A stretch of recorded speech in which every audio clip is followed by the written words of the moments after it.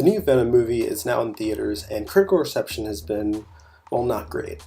Many of us in the fan community are having a told you so moment, but some people who are less familiar with the character of Venom don't understand the opposition. I decided to make this to explain why many of us were so against this idea from the get-go. To put it simply, the basic idea of this Venom movie suggests a bad adaptation made for the wrong reasons. The movie takes its lead character completely out of his original context, strips him entirely of his initial motivation and identity, and robs him of the rich journey from villain to anti-hero. When you take that much from a character, is he even really still the same character? I mean, maybe, if you consider this to be a legit version of Deadpool. Before I further explain why this version of Venom is inherently a bad adaptation, I want to make it clear that I'm not the kind of purist who can't accept any changes to the source material. Change is essential in just about any adaptation, and there are a lot of good reasons to change elements of a story. For the most part, fans will be accepting if it's clear that the filmmakers are striving to capture the core spirit and essence of the story they're adapting. With Venom, that's clearly not the case because they've chosen to make the film without one crucial defining element.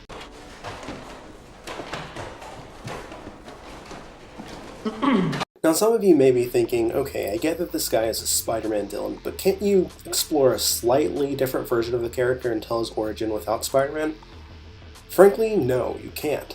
There are villains that this approach could possibly work for, but Venom is fairly unique in the fact that his initial psychology and identity are deeply rooted in the context of how he relates to Spider-Man. The classic story of Venom doesn't even begin with Venom. It begins with Spider-Man finding this black suit. At first, everything seems great. Not only does the suit look cool, but it enhances his strength and gives him some new abilities. However, it soon starts to affect his mind, amplifying negative, destructive emotions like aggression. Peter discovers that the suit is actually a living creature called a symbiote. He decides to get rid of this thing, leaving the creature feeling rejected and kind of pissed off. Meanwhile, we've got this guy named Eddie Brock, who has all sorts of issues and is currently also pretty pissed off at Spider-Man. The symbiote finds Eddie and bonds with him, giving him abilities similar to those of Spider-Man. Now remember that the symbiote brought out the worst qualities in the all-around good guy Peter Parker. Eddie Brock is not a great guy, and he's got a lot more hatred and aggression to fuel this thing. So rather than becoming a superhero or even an anti-hero, Eddie becomes this evil, monstrous, dark reflection of Spider-Man. Venom is born. And he's not out to get rich or take over the world. His core drive is getting revenge on Spider-Man. All we want is to destroy every single aspect of your life. Is that so wrong? With that motivation, there are a few factors that make Venom an especially dangerous enemy. Due to the symbiote's previous bond with Peter Parker, Venom knows Spider-Man's secret identity and is immune to his spider sense. Imagine what it'd be like for Peter to always have a warning of incoming danger, then encounter a threat that completely shatters that sense of security. Oh, and Venom is stronger than Spider-Man.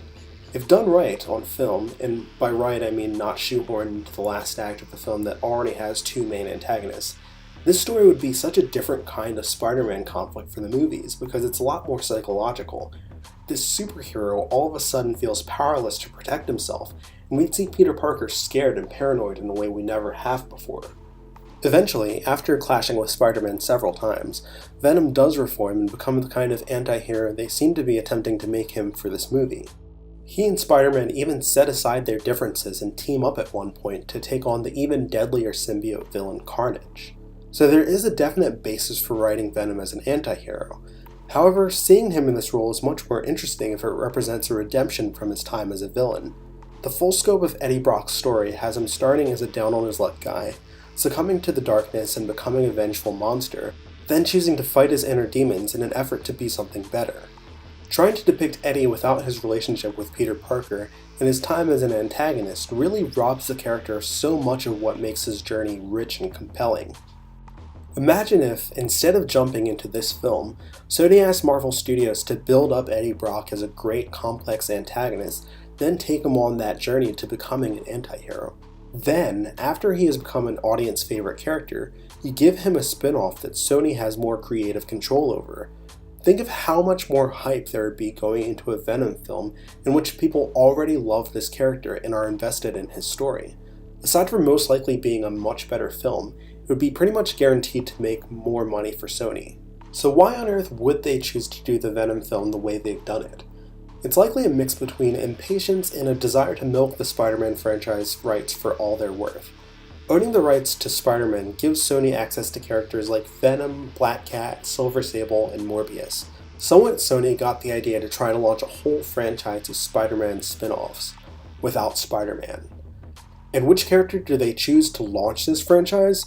The one whose origin and identity most rely on Spider-Man. What could possibly go wrong with that?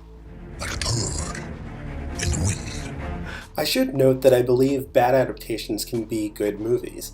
It's possible to tell a great story that's very different from the source material, and if it seemed like that was what was happening here, I'd be more open to it. The biggest issue for me is that the way they've gone about this has essentially destroyed their credibility. When you forego the build-up and context necessary to create the most compelling version of your character, it makes it clear that you're not making the film with passion and love for the character and his story. I don't think there's a single Venom fan who sees this as the best way to bring the character to life. If a studio makes a movie in a way that's unanimously considered not to be ideal, I'm going to get the impression that making money quickly is a higher priority for them than delivering a product of the best possible quality. Therefore, I'm not inclined to believe there's enough time and care being put in to make this film good in spite of being a looser adaptation.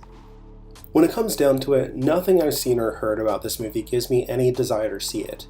That said, if you still want to see it and form your own opinion, go right ahead. Since I haven't watched it myself, I can't say that it's not worth your time. To be fair, I will note that the audience rating on Rotten Tomatoes is significantly higher than the critics' consensus, so there are people who are enjoying this movie and it will probably make decent money. My worry is that if this film succeeds and gets a sequel or two, the continued presence of the Venom franchise will get in the way of Marvel Studios bringing the saga of the symbiote and Venom into the Spider-Man franchise and telling the story in a more satisfying way. But that's really conjecture, so it wouldn't be entirely fair for me to say that by supporting Venom you're helping to kill the better version of Venom that you could see later. Although you might be, so you may want to consider that. If the Venom franchise does continue, I guess my hope for it is that they learn from whatever works and doesn't work about this movie, and figure out how to make something great. It still won't be the Venom movie I want, but maybe they'll surprise me by making a loose adaptation that's good on its own terms. That about wraps up this video, but I'd love to hear some different opinions on Venom. If you've seen it, let me know what you think. If you want to see the story unfold within the Spider-Man film series, let me know how you'd like to see Marvel Studios tackle it. Thank you very much for watching. If you liked what you saw, please like, comment, subscribe, and tune in next time.